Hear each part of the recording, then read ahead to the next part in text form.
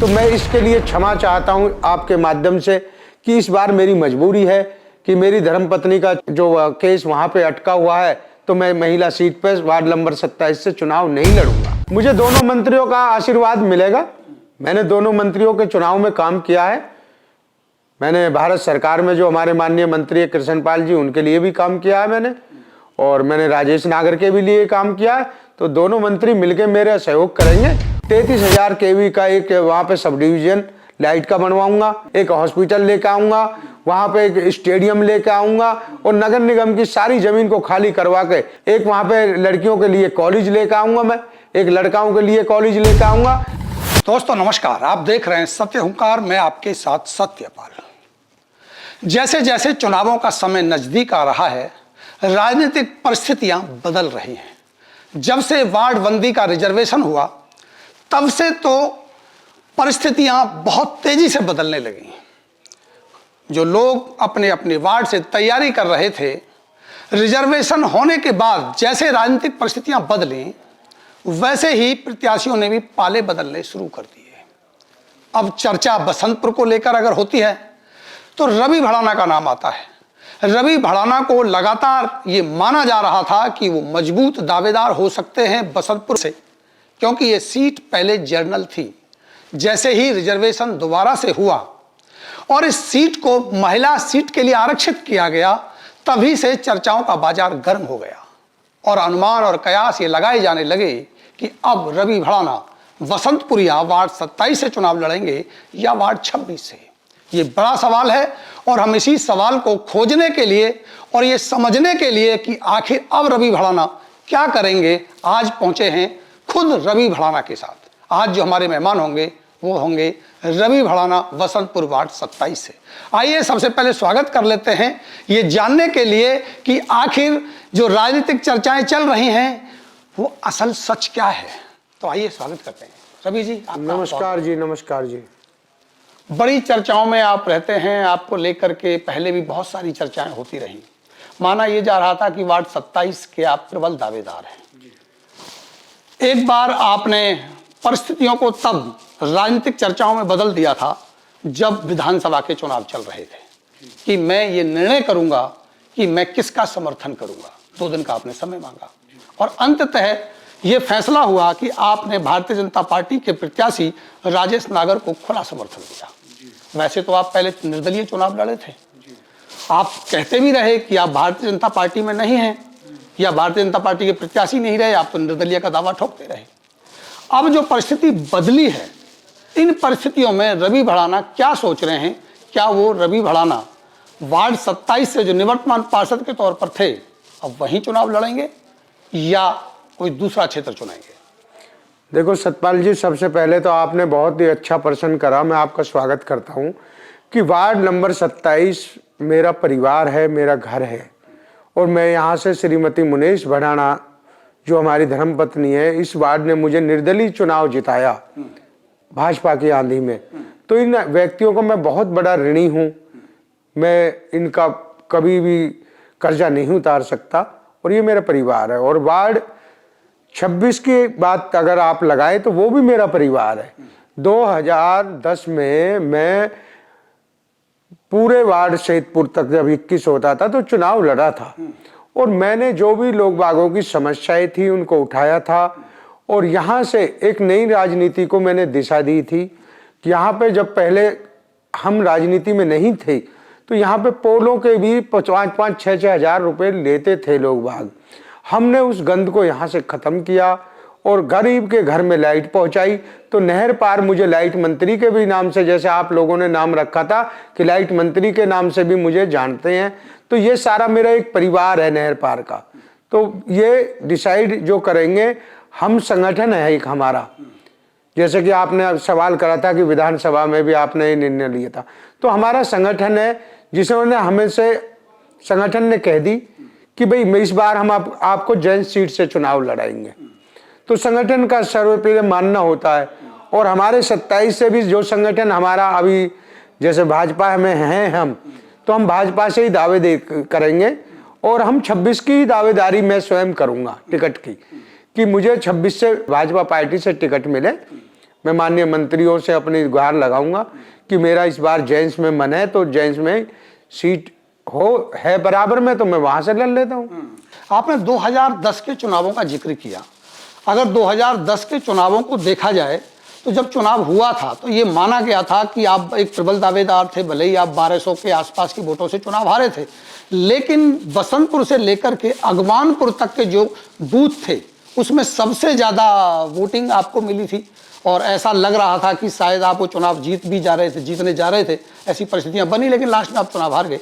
तो क्या वार्ड 26 का जो मतदाता था, जो आपको 2010 में चाह रहा था, वो कारण है आपको 2026 में लेके जा रहा है? जी बिल्कुल, आपने बहुत अच्छी बात करी कि मुझे वो चुनाव याद है कि जब मैं बसंतपुर से, स्कूटर का मेरा उस टाइम चुनाव चिन्ह था, और जब मैं स्कूटर लेके बसंतपुर से निकला और मुझे अगवानपुर तक का जो स्कूटर ने रफ्तार दी, वो बहुत ही मेरी राजनीति में एक उमंग भर के मुझे आगे को उभारा था। और अगवानपुर बूथ पे मुझे 996 वोट मिली थी और विपक्ष का मेरे बड़े भाई ओम प्रकाश जी लड़े थे, मात्र उनको 64 वोट मिली थी। तो मुझे एक तरफा चुनाव ओम इंक्लेव की जनता, विनय नगर, रोशन नगर, गंगाराम कॉलोनी, गणपति कॉलोनी, सूर्य विहार, अब 1 भी सेक्टर उसमें जुड़ गया है।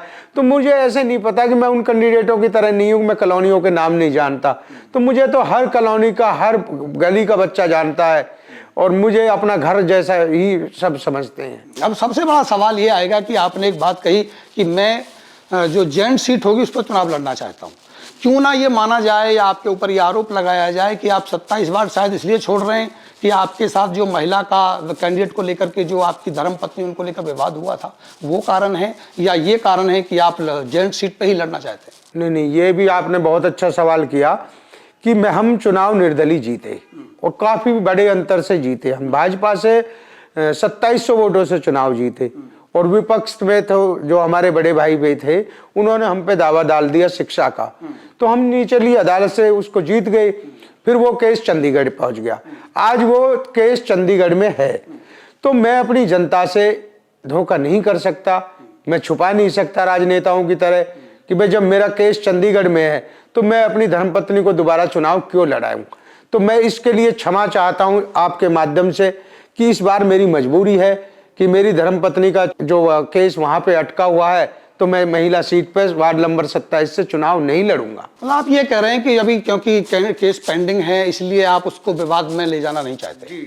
सवाल अब ये भी उठेगा कि जो इस क्षेत्र की जनता है वार्ड 27 की, उसने आप पे भरोसा किया, आपने वर्तमान पार्षद हैं, और जब आप चुनाव जीते थे तब परिस्थितियां बिल्कुल अलग थीं। लगता नहीं था कि आप शायद चुनाव जीत पाएंगे क्योंकि जो दूसरे पक्ष थे बहुत ज़्यादा ताकतवर थे। बावजूद उसके आपको इस जनता ने चुनाव लड़ाया और आपने 5 साल तक पार्षद रह के और बाद में 3 साल तक निवर्तमान पार्षद रह के जनता के साथ आप जुड़े रहे। उस जनता के लिए आप क्या देंगे जो लोग वार्ड 27? देखो, जनता के लिए हम वार्ड 27 का जो हमारा आज भी कार्यालय खुला हुआ है, ये हमेशा कार्यालय खुला रहेगा। और वार्ड 27 की जनता के लिए जैसे हमारे यहाँ पे कैंप लगते हुए हैं, चाहे हम पार्षद रहें या ना रहें, हमारे यहाँ पे कैंप लगते रहेंगे, हम जनता की सेवा करते रहेंगे।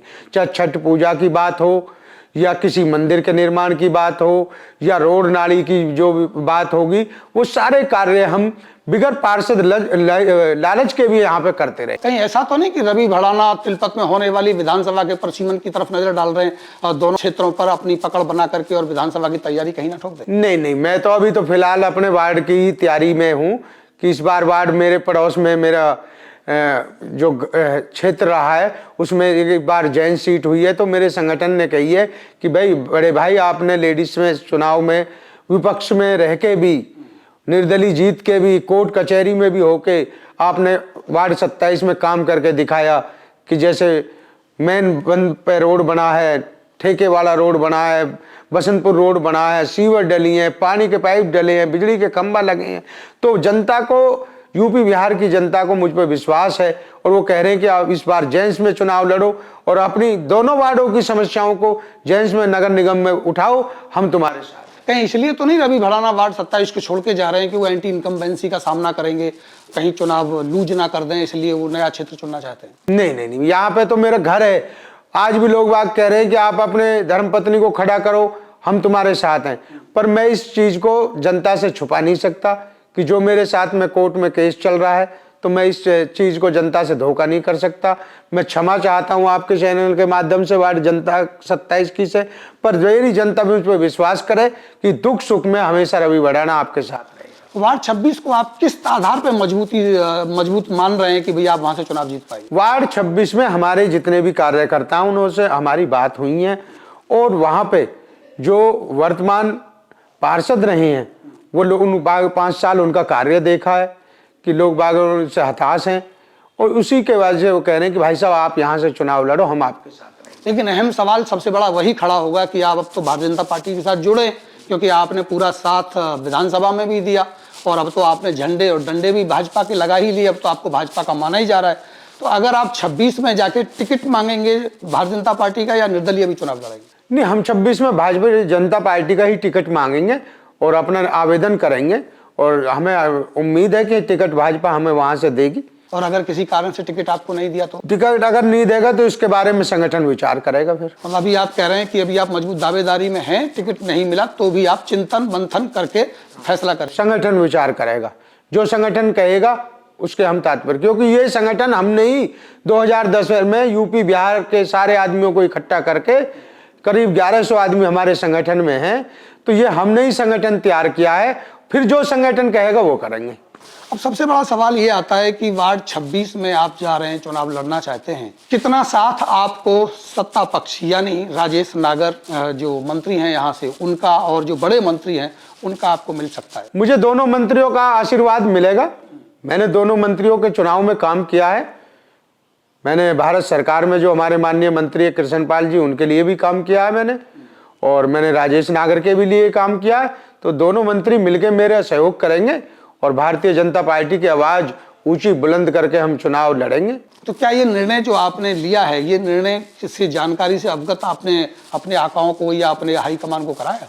नहीं, मैंने अपने संगठन को कराया। मैंने अपने संगठन से पूछी, संगठन की हमारी मीटिंग हुई, संगठन ने कहा कि आप वहां से टिकट मांगो और हम तुम्हारे साथ हैं। अगर पार्टी टिकट देगी तो वेलकम है, अगर नहीं देगी जो संगठन फैसला लेगा वो फैसला मंजूर होगा। वार्ड 26 में अगर आप चुनाव लड़ते हैं तो किन मुद्दों पे आपका फोकस रहेगा? वार्ड 26 में हम जब चुनाव लड़ेंगे तो हम दोनों वार्डों की समस्याओं को वार्ड 26 से ही पूरा कर देंगे। आप पूछ सकते हो कि क्यों कर दोगे? क्योंकि वार्ड 26 में 27 एकड़ जमीन एमसीएफ की है, तो मेरा उसमें टारगेट है कि अपने पूरे नहर पार के लिए 33,000 केवी का एक वहाँ पे सब डिवीजन लाइट का बनवाऊंगा।